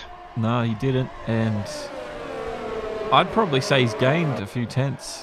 Yeah, he definitely, the undercut definitely gained, but I think Mike made a mistake there. At the beginning of sector 2, end of sector 1, but his sector 2 split was very, very low. Well, or very high, should I say? He's now got to deal with Hawks, who's trying to warm his tyres up, and Mike, I think, made a little mistake, and now Hawks has jumped ahead, at least by 4 tenths over what it was. So Mike just needs to keep it clean from here, otherwise he'll be outside that DRS again, and it'll be almost impossible to orchestrate the overtake at this moment. But BP, he's just gone in as well and taken the new soft tyre, so he'll consolidate his lead here. And he'll come out back ahead and leading this Grand Prix with 9 laps to go. Major Dan says he's called the top 3. You have called the top 3 at the moment. Will it stay that way though? Because Mike, we know, can be very racy when it comes to the final charge to the checkered flag. Ooh. Oh, who's that? We've got a Toro Rosso. Oh, Epic had an issue too. Was that AB Saints? Or? Yeah, he's stuck. Yeah, he's still, the car's all right, but he seems stuck or glitched. No, he's out. He's reversed out now. I think he was just waiting for the traffic. It could be, yes, could be. So Saints has turned himself around, and now 9th place. Oh, Jesus. I don't think he expected Epic to come flying up the behind, but Saints is okay. You can see his front wings they're looking the best, so he'll have to get some work done. Well, Mike is going to, make Hawks earn that second spot. There is no doubt about that. Yeah, Hawks has put the charge on. He's within 4 tenths now. Definitely. he had his ERS set pretty high. Let's have a look at Hawks. They're sitting actually the same amount of energy recovery. So yeah, they're managing it now. They really can't. I think this is when now, depending on how much fuel they put in at the start, they could even be, starting to get a bit conserved with the fuel. In other words, they might not be pumping it up to fuel mix 3. yeah, that's what we can't see. But you can see, the ERS, Hawks has turned his off. He wants to get some back. Mike's just kept it on 2. Hawks did use a little bit more down the straight there to sort of defend the lead on Mike. 3-second time penalty for BP. Now, this could play a factor here because they have gained up on BP. That undercut is actually, BP stayed out very long there. He's only 6 seconds ahead. I don't know how many penalties BP has or how many Hawks has, and Mike for that matter, but let's assume that there's only 3 seconds in this now. Yeah, well, a small mistake here or there or another penalty from BP will see himself basically in behind. It could even be behind Hawks and Mike. Mike's going to have a run here on that third DRS. Look at him. He will. Is he going to have a shot? He's going to go deep. Hawks is blocked on the inside. Position the car well. This is working into BP's hands now with that penalty. Oof. Dangerous corner to tuck one in the front. And Mike come out so close to Hawks' side then. Nothing in it just yet. He will probably have another run into turn 1. Not an overtaking corner, but he'll probably have a crack at it. Look at this. Look at the difference. He's gone around the outside. Oh. Hawks is going to have to do all the work. Well, Hawks is definitely turning that Merc into, 4 metres wide. And you can see on the, that lap there has costed 2 seconds against BP. So they've lost 2 seconds squabbling. But Mike doesn't care about that. He wants his second place. He wants his second place. And he needs to do it. He needs to split these Ferraris early, Mercedes early, and really establish Ferrari as a contender for this championship, because with Bots being out now, all the points that Mike can get on that second spot, it's sort of critical. Ming is out of this one. Oh no, Ming's out. Yeah. We're on board with AB Saints. Let's see if we can't see where it was. Hawks just got himself a 3-second time penalty, so that Mike did have a penalty, Major Dan told me, so that's just nullified that and brought Mike back into this game. So it's all even Stevens then. Even Stevens as far as from what we can tell, yes. So Mike's still, I hope he's going to go for it here, Mike, in the next couple of laps. I feel that he has the pace. He was looking racy just a few laps before. He just needs to get the finishing touches done here, and he'll really be it'll be a massive upset for the first race to split those Mercs and to have Hawks down into 3rd place. It'll really set the tone for the next 6 races. Mike is trying everything in his arsenal. What tools does he have left at his disposal?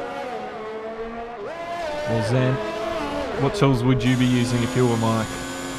Well, to be honest, Mike needs to now conserve. He needs to harvest and stay in that 1 second gap. Save fuel where he can. Use the DRS to keep the speed with Hawks, but not necessarily overtaking. And use those straights to conserve as much ERS, as much fuel as he possibly can, and then wait for the opportunity. And it could take, he's got 6 laps here, and realistically, I'd probably, if he can stay with Hawks, I'd probably conserve all the way up until 2 laps to go, and I would try and make my move on the second last lap. Well, that could be all nullified, because Major Dan said that Hawks has 2 3-second time penalties. Well, we know. Did Mike get one as well? I saw Mike get one, but I don't know if he's got 2. So Hawks.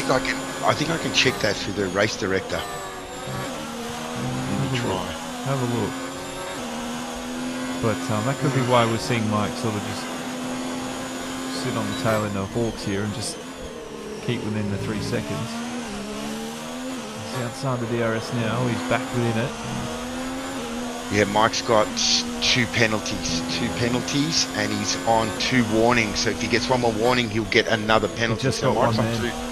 2. Just got one, man. Ah, there it is. Yeah, so 3 penalties for Mike. Let's check Hawks. Hawks also has 2 penalties and 1 warning. So then we'll check BP here. BP only has the 1 penalty, so BP looking pretty. Hawks warning surely for what he did then. But anyway, the chase is on between the two. Mike is just dropping outside DRS. That's not what he wants to do at this moment. He does... Oh, he's conserved just as much as Hawks has anyway, so it doesn't really matter. It's a juggling game for Mike right now, and I think he's losing.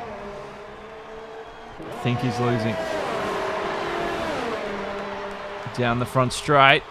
Saints is slow, but he's getting lapped. He doesn't care. He's just trying to get a bit of a draft, I think Mike was there. And Hawks is starting to pull away from the red man. Mike, 1.5 seconds now. So that's 5/10 just in the first sector alone. And he can keep that 6/10 now. So the gap is growing. You know, it seems to me, I'm wondering if Mike probably got a little bit more wing on that Ferrari than Hawks does on that Merc, because when he's in the ERS or DRS zone, he's actually able to catch Hawks. But when he's out of it, he doesn't have the pace. No. So that tells me, yeah, it could be he's running more wing. Because similar, they were like at this similar on the medium tyre, and Mike was getting caught easily from Hawks without DRS assistance. Yeah, it does seem that the Ferrari's running more aero than that Merc. So we'll have to wait and see. He has brought the interval down a little bit, but not enough to get back DRS. I don't know if he's going to do it here. No, not enough.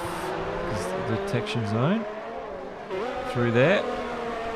So Mike will have to wait another lap now, but the laps are quickly disappearing. 26 to 29. Not a lot of time left.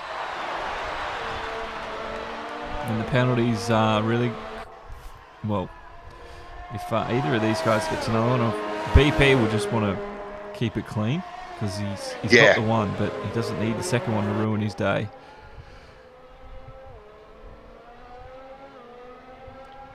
Here he is, BP, our man. So right on board with him. Enjoy a lap Pretty from faultless. BP. Pretty much a faultless performance here by BP today.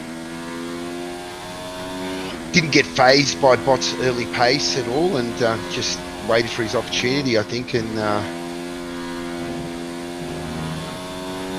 never looked rushed, to be honest. No, he's had it in control. He was in behind Bots, but Bots got that unfortunate puncture, and it would have been good to see that run to the end. But that is what you call the Maranello curse, isn't it? Yeah, you called it. Oh, it's the boogeyman. It is. It just haunts that team. But yeah, BP coming into the last few laps now, into turn 1. He's got that thing nailed. He's got that card dialed in at this stage. And he's looking pretty comfortable. Right, well, Mike's got Hawks almost in the DRS again. He does. He does, yeah. Yeah, Hawks is harvesting a little bit. I think Mike's been using a bit of his ERS. So let's see what happens. It's going to be probably the last final run for Mike. And will Hawks there is be harvesting contact? here. Oh, Kiwi, what have you done to yourself, son? Oh, no. He's out here on lap 5. I can't see what happened. I'm just following Schnell here to see if we could see where...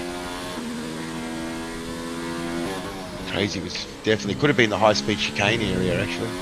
Could have been. Mike's within 7/10 now of Hawks, so DRS attack coming. Just waiting to see on board with Schnell. We are looking for Crazy Kiwi, who looks to have done it all by himself on his lonesome. There's no yellow flag yet up here yet. No, I think it's so far down that the car got removed. Yeah, he's just got past him in that zone. So it was somewhere out of that high-speed chicane. It was. And Hawks has turned the car up. And he's opened up the gap now to 1.2. So Mike now outside DRS. And it's looking hopeless for him. A podium finish, sure. But second place. Ooh, he's really going to have to surprise us here, I think. To get Hawks at this moment. It's not going to be able to catch him unaware because Hawks is going to be... Oh, there's a mistake. A mistake from Mike. Hawks has got him covered. Hawks is conserving in these tight areas. He's got his ERS on 2 while Mike's having to push. Hawks had it on 0, his ERS, through that slow stuff. And Mike's been leaving it on 2. He hasn't really been conserving enough. No, I think he's just set it on 2 and set and forget. Yeah. And it's been, like you said, he's needed to. If he probably had conserved a little bit more here or there, he probably would have a small chance of using it to make an overtake, but not now. Hawks is a wise old cat, dude. He's conserved. He's got enough in reserve now, almost at 46% relative to Mike's 22% of ERS available. So Hawks got plenty in the bank there to defend if he needs to, and you know. We go with the last lap now with the leader. We will. Hawks starts the last lap along with Mike. And as you can see, 41%. He's turned it up to 5, Hawks has. Yeah, Hawks is going for the fastest lap now. Let's see if he can do it. Yeah. BP's on... BP might get the fastest lap because he's almost got a full tank of it. Here we go. Well, Hawks has closed the gap to BP by about 0.6 of a second in the first sector alone. Well, let's have a look. Sector time. Let's have a look. Sector time coming up from BP. Sector 2. Top right hand of the screen. You'll see it just tick over in a minute. 50.383. Let's see what Hawks can do. BP's absolutely nailing this last sector. He's coming into the final lap. Oh, yes, he's really going. Yeah, BP's on it now.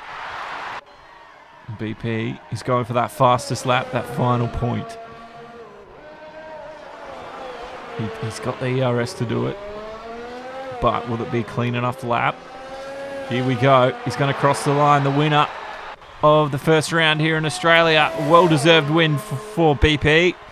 Checker flag flies. And Hawks is about to come around himself.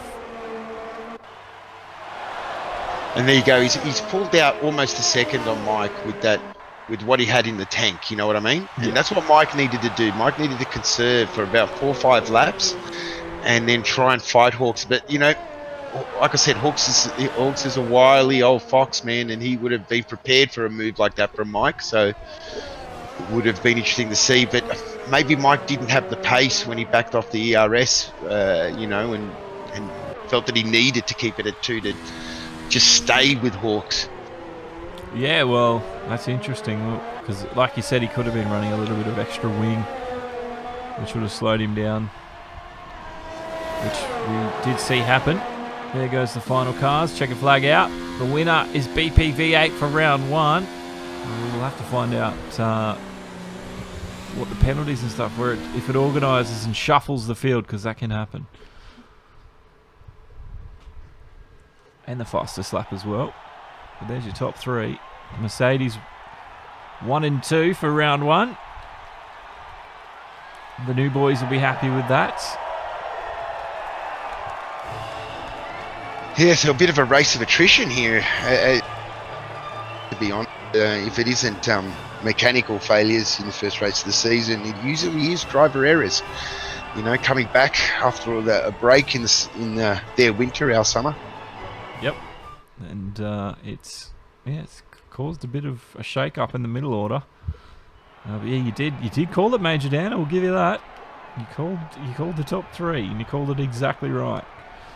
But there it is. BP, Hawks, Mike is epic, and then Schnell, Swatter, Saints, Kiwi, Ming, and Major Dan, and then Angry Bots as attack. Andrew HRT, which we lost very early on, and Breeden, I think we lost at turn 1. Fastest time. Where's that? Lap time. Yeah, 23.5. It was that last lap by BP. Well, there you go. Well done to BP. Yeah. Yeah, so 1 penalty for BP, 2 for Hawks, 3 for Mike. Yeah, it was a very good run there by BP. It was. And he had the ERS as well to back his lap up, so he'll get that extra bonus point. Well, Bots, you know, probably the biggest loser out of this. He really had some decent pace there. I don't know if his strategy would have paid off for the win, but he was definitely, I believe he was good enough for a podium at the very least. And, you know, that was a real shame that he, DNF'd there. You're not wrong. BP, the race winner's joined us. Welcome, BP. Congratulations on the win. Thank you. Congratulations, BP. Thank you.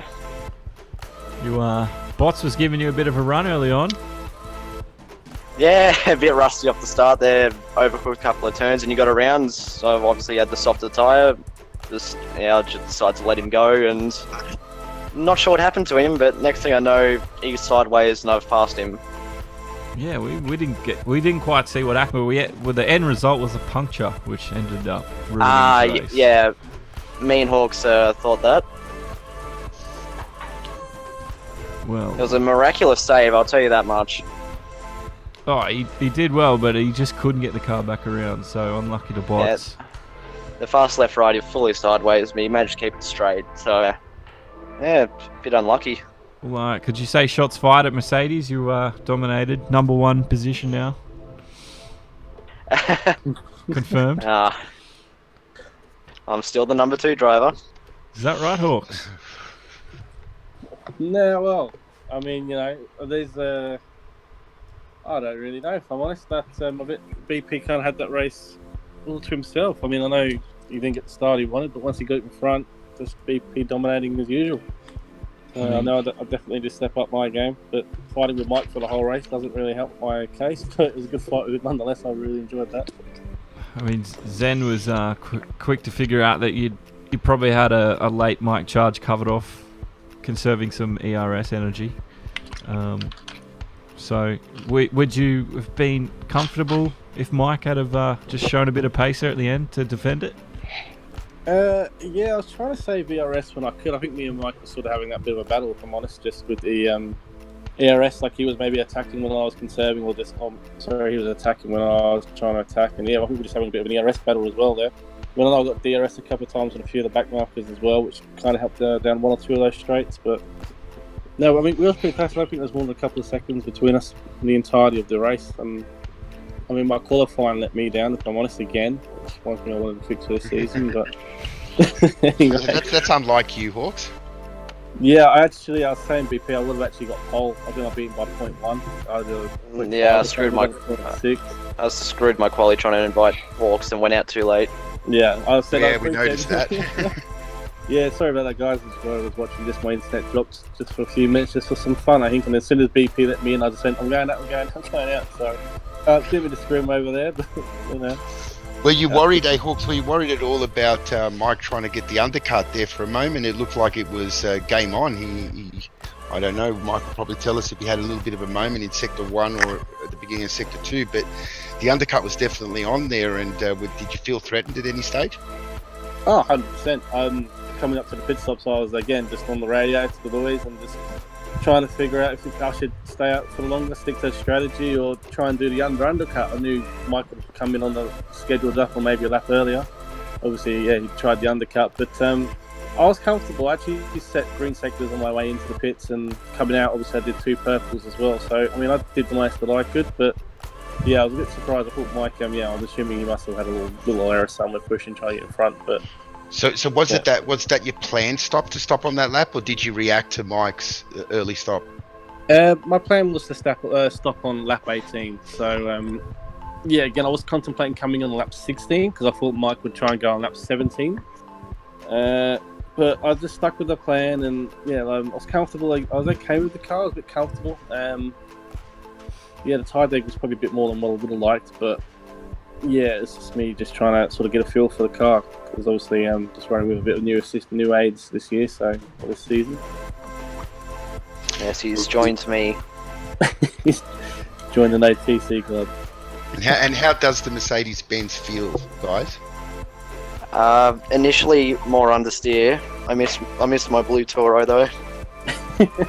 Initially more understeer, but changed a thing here and there and got it feeling familiar. Yeah, it definitely feels good. Feels nice to drive. You always miss I miss the little Bumblebee car, but it's good to drive it. It's nice, good little feel. And the podium looks normal. It does, but it's not the same colours. It's red and silver. That's an FNL1 podium anyway. Because Mike, you're in the red car this year. Boys are saying there feels a bit understeery. Is there any difference for you? Yeah, it sounds better. That's true. That's true. Yeah, I'll give you that one. I didn't mind the lawnmower. So, Mike, what happened there? Was that a planned undercut move that you tried on Hawks, or was that always in your strategy to come in on that lap? Yeah, I was always going to come in on 17, and I was thinking 16 because Hawks was looking a bit twitchy into the second last corner, like that hairpin, and then I was like, nah, I'll go one more, and I was still within DRS on him, so I was like, oh, I'll just keep going, and then I was really gaining him, but I just couldn't get past him, so I was like, yeah, look, I'll pit here. And then on the outlap, I just kind of cocked it up a bit on pit exit, like that right-hander, because it's just really awkward. So is that where you lost the time in that first sector, was it? Nah, I put more front end on the car than what I had. I put up one on the wing. I actually started the race with one less wing on the front than what I wanted. So, I think just adapting to the front of the car on the softs, but I don't know, some McLaren was there in front of me, which gave me a bit of DRS, but inevitably I had to go around him, and I think that cost me a half second somewhere. But yeah, I was pushing pretty hard, and I nearly got him, but yeah, that half second was what separated it. It did seem super close there, and to be honest, it looked like you had better pace on the soft tyre relative to the medium. But I noticed when you were out of the DRS zone, it was very hard for you to catch back up to Hawks. Were you running? Probably, did you feel that you were running more wing than Hawks was? Or towards the end of the race?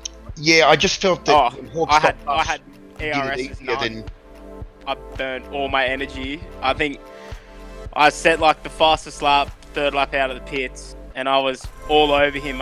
All through the last sector, I was side by side with him at one point. I burnt up all my energy. And I was just like, well, I'm within DRS of him. So I just sat within DRS of him towards the end of the race, but ultimately he just pulled that margin and I just couldn't reel it in. I left to catch up too late. And yeah, just fuel management and stuff kind of got the better of me.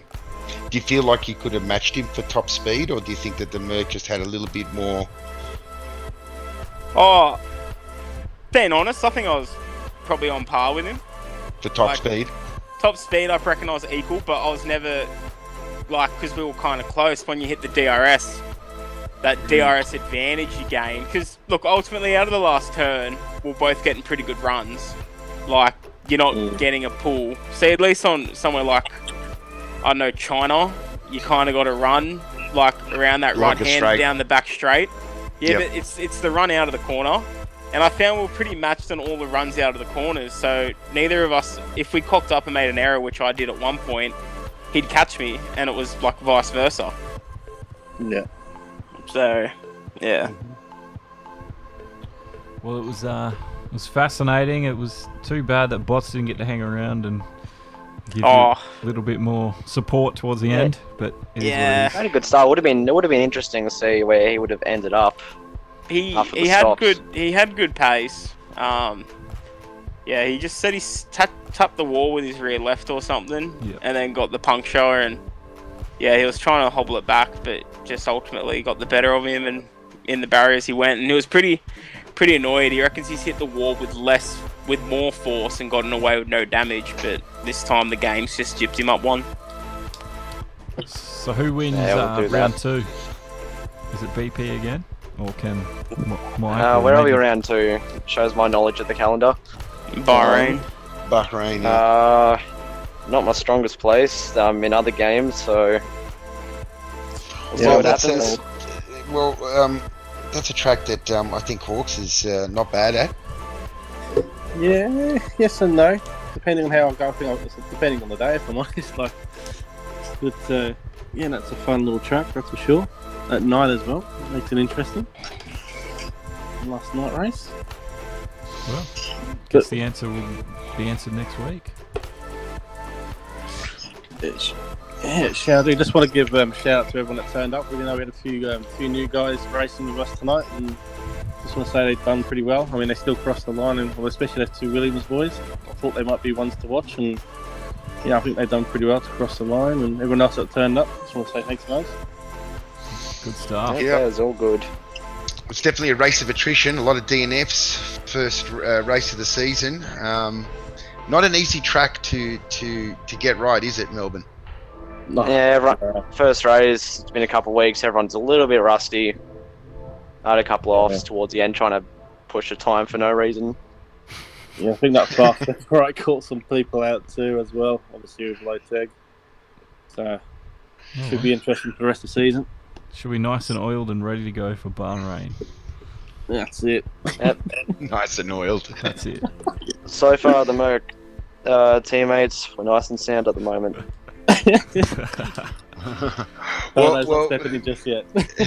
Well, we're hoping that the Ferrari boys can conquer the Maranello curse, because it looked like a big bots tonight, that Maranello curse. But we're hoping that Ferrari can put a challenge up to you, to Merc guys, so we don't end up with a 2016 season. I'm sure they will. I mean, me and Mike were pretty on par. I mean, when Bush as well, obviously Bush wasn't here tonight, but the Red Bull as well, they should be fighting as well. So it should be a pretty good little season, I reckon, between a lot of guys, actually, if I'm being honest, not just those 6.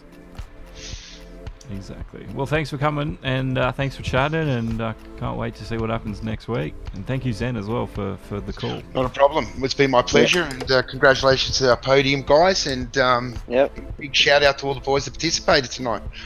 All right. Yep. Thank you. I'll let you guys go. Cheers, boys. And Josh, yeah, to everyone that's watching a little bit early, hope you enjoyed that on a Friday night. It's not as late, so you can go to bed now at 9:30 if you want to. But that will end tonight's stream and the race. So thank you for joining, and don't forget as well, we're live every time on Facebook, Twitch, YouTube, and Mixer. This is Demo 1 Garage. Go to demo1garage.com. Our new website is up and ready. The schedule will be out this weekend. And don't forget, you can catch us on Instagram and Twitch as well, Twitter as well as Facebook, to keep up to date when we're not streaming. And we'll have our eSports show on Saturday or Sunday. I'll let you know on Twitter and Facebook and Instagram about that. If you want to see last week's show, we didn't announce it. We just wanted to test the format. It's up there on Twitter. It's up there on Twitch. It's a Twitch-only show, so you need to be on Twitch. Otherwise, you can wait, and it will get onto YouTube and Facebook at a later date. But that will end it. Thanks to everyone. Thanks to Zen as well for calling tonight. And thanks to everyone that has hit the like button and hit the share. Couldn't do it without you. Thank you to Sean. Teal says, well done to all. Good calling. Thank you very much, bro. And thank you to everyone else that has supported us tonight by hitting the like and sharing us around. Appreciate it. But that will end everything that we've got for you. That ends the broadcast. My name's Josh Gain. Race hard on the edge, and stay safe until the next stream. I'll talk to you soon. Good night.